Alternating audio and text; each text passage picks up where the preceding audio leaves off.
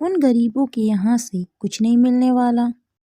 बेटे यश की अच्छी नौकरी लगते ही आस पड़ोस और रिश्तेदारों की नसीहतें गायत्री जी को मिलने लगी। देखो गायत्री, आजकल के बच्चों का कोई भरोसा नहीं है। इससे पहले कि बेटा किसी गैर धर्म की लड़की को ब्याह कर घर ले आए, तुम उससे पहले अपनी पसंद की लड़की देखना शुरू कर दो।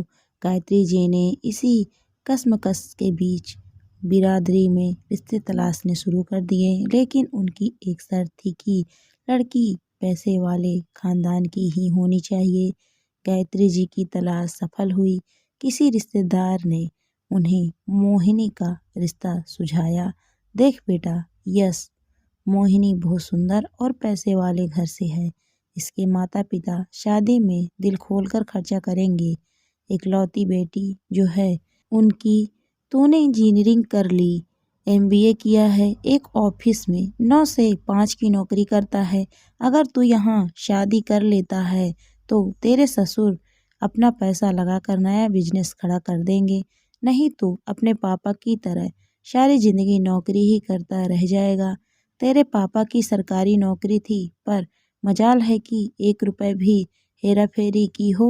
उनके नीचे काम करने वाले लोगों ने अपने बड़े बड़े बंगले बना लिए, पर यह राजा हरिश्चंद्र अभी तक छोटे से फ्लैट में ही है। सारी जिंदगी एडजस्ट करते करते कट गई। गायत्री जी ने अपने बेटे यश को समझाते हुए कहा, पर माँ, जिंदगी में पैसा ही सब कुछ नहीं होता। मुझे आगे बढ़ने के लिए किसी सहारे की ज़रूरत नहीं है।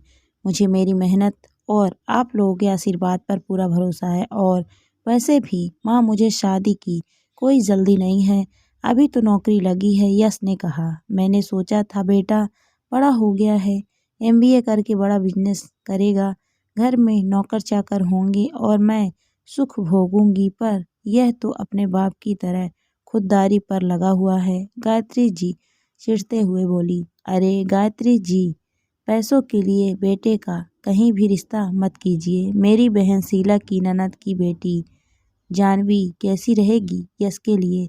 बड़ी संस्कारी, गुणी, पढ़ी लिखी बच्ची है। गायत्री जी के पति आलोक जी बोले, अरे आप तो रहने ही दीजिए, उन गरीबों के यहाँ से कुछ नहीं मिलने वाला, वहाँ नहीं करेंगे यश का रिश्ता। एक बार मोहिनी और उसके परिवार से मिल तो ले बेटा, अगर तुझे लड़की व्यवहार में ठीक लगी तो रिश्ता आगे बढ़ाएंगे। गायत्री जी ने यश को बहलाते हुए कहा, ठीक है माँ, कल वह लड़की और उसके परिवार से मिल लेते हैं। दूसरे दिन सब लड़की देखने पहुँचे। बहुत खूबसूरत बड़ा सा बंगला था। मोहिनी इकलौती बेटी थी।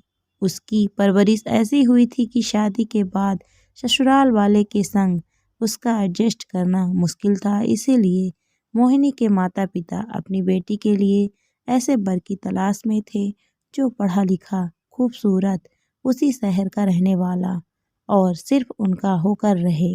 मोहिनी देखने में बहुत ही खूबसूरत थी। लड़की वालों ने उनकी बहुत खातिरदारी की।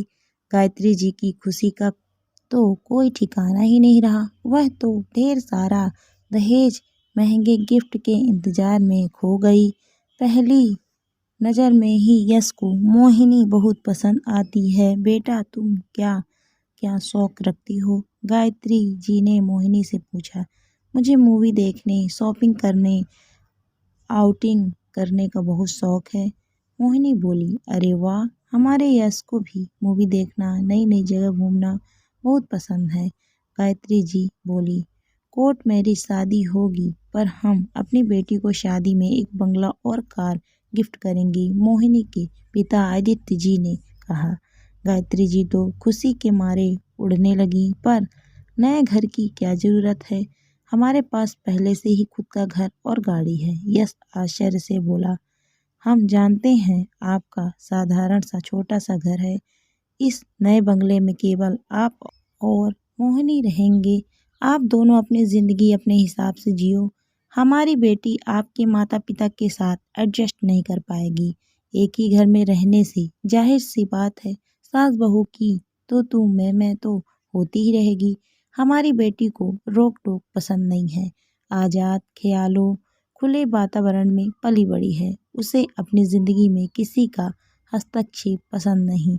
मैं आपको अपनी कंपनी में अच्छी पोस्ट पर जॉब ऑफर करता हूँ या आपके लिए बिजनेस में पैसा लगाने को भी तैयार हूँ, पर शर्त यही होगी कि मोहिनी आपके माता पिता के साथ नहीं रहेगी।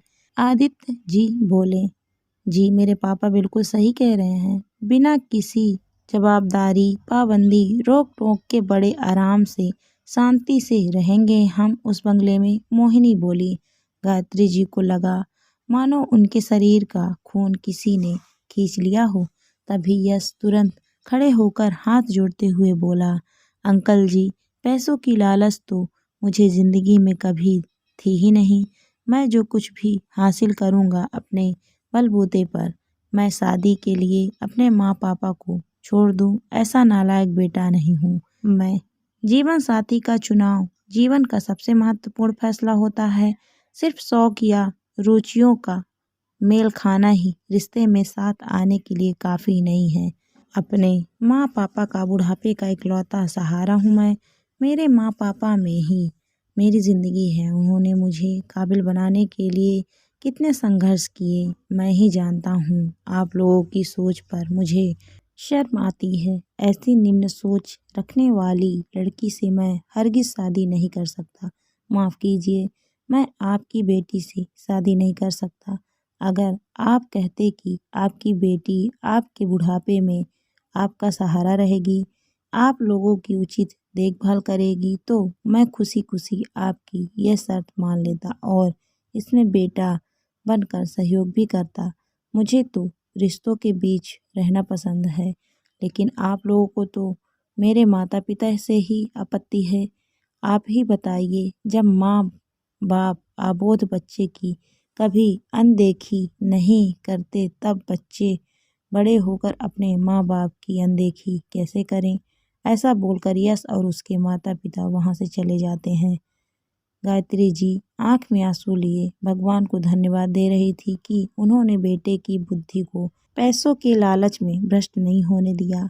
घर पहुंचकर यश अपनी माँ से बोला, माँ, अपनी बहू में सीरत, गुण, संस्कार देखना, रूप और पैसों पर मत जाना। आज गायत्री जी की पैसों को लेकर सारी गलतफहमियां दूर हो गई। वे समझ गई कि परिवार को एकता के सूत्र में बांधे रखे ऐसी लड़की ही उनके यश की दुल्हन बन सकती है।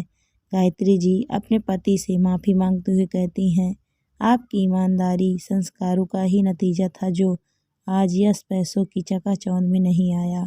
नहीं तो आज हमारा बेटा हमसे हमेशा के लिए दूर हो जाता। साल भर बाद गायत्री जी का घर फूलों, रंगोली, झिलमिल लाइटों से जगमगा रहा था। आज उनके इकलौते बेटे यश की शादी शीला बुआ की ननद की बेटी जानवी से जो हो रही थी। दोस्तों, जीवन साथी का चुनाव जीवन का अहम फैसला होता है। शादी में रुपए, पैसे, जमीन जायदाद से ज़्यादा ऐसे साथी को चुने जो आपके और आपके परिवार का सम्मान करे, मुश्किल वक्त में साथ दे, रिश्तों की कद्र करे। और कहानी पसंद आई हो तो लाइक सब्सक्राइब करके जाइएगा। Thank you for watching my video.